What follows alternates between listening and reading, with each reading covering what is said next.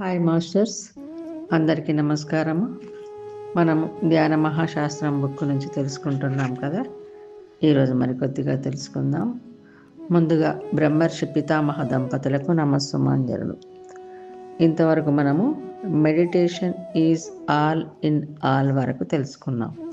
ఈరోజు వైద్యో నారాయణో హరి. వైద్యో నారాయణో హరి అని చెబుతూ ఉంటారు. అంటే వైద్యుడు సాక్షాత్తు నారాయణుడని, రక్షకుడని, దైవ సమానుడని అర్థం. ఒకానొక వైద్యుడు వ్యాధిగ్రస్తుల పట్ల తన పరిధిలో సర్వకాల సర్వావస్థలలోనూ రక్షకుని పాత్రను పోషించాడు కనుక దైవ సమానుడు అని అర్థం. వైద్యుడు మానసిక శారీరక రుగ్మతల నుంచి కాపాడుతాడు కనుకనే అతనికి దైవం యొక్క స్థానం ఇవ్వబడింది.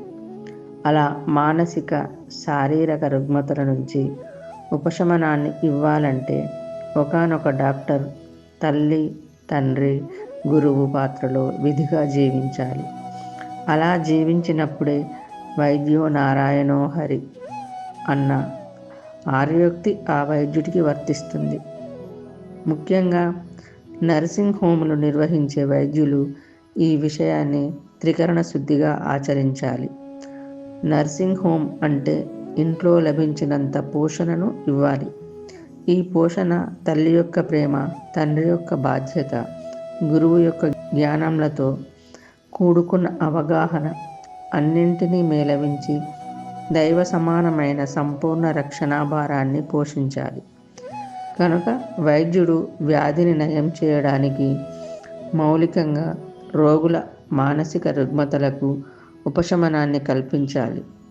ఈ ప్రయత్నంలోనే వ్యాధిగ్రస్తుడు అయిన వ్యక్తి తగిన సమయాన్ని సంపూర్ణంగా కేటాయించాలి.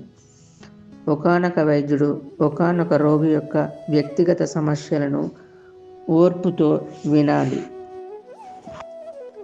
ఒకానొక రోగి తన సమస్యలను ఒక వైద్యుడికి విన్నవించుకోవాలి. అంటే ముందుగా వైద్యుని వ్యక్తిత్వం మహోన్నతం కావాలి. అలా ఉన్నప్పుడే రోగికి వైద్యునిపై విశ్వాసం ఏర్పడి అప్పుడు తన సమస్యలను వివరిస్తాడు. మొట్టమొదట్లో వైద్యుడు తల్లి పాత్రను పోషించవలసి వస్తుంది. తర్వాత బాధ్యతాయుతమైన తండ్రి పాత్రను పోషించవలసి వస్తుంది. ఆ తర్వాత ఆధ్యాత్మిక జ్ఞాన సమ్మేళనంతో గురువు పాత్రను పోషించాలి. గురువు పాత్ర వహించాలి అంటే ఆత్మజ్ఞానం ఉండి తీరాలి. వైద్యుడికి మరి ఆత్మజ్ఞానం ఉండాలి అంటే వైద్యుడు నారాయణుడు అయి తీరాలి. అంటే యోగీశ్వరుడు అయి తీరాలి.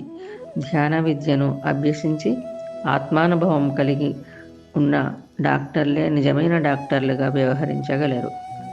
ఓకే మాస్టర్స్, ఈరోజు ఇంతటితో ముగించుకుందాం. తిరిగి రేపు మరికొద్దిగా తెలుసుకుందాం. అందరికీ ధన్యవాదాలు. బ్రహ్మర్షి పితామహకు నమస్కారములు. మనమందరము ధ్యానము, స్వాధ్యాయము, సజ్జన సాంగత్యము, శాకాహారము పాటిద్దాం, స్ప్రెడ్ చేద్దాం.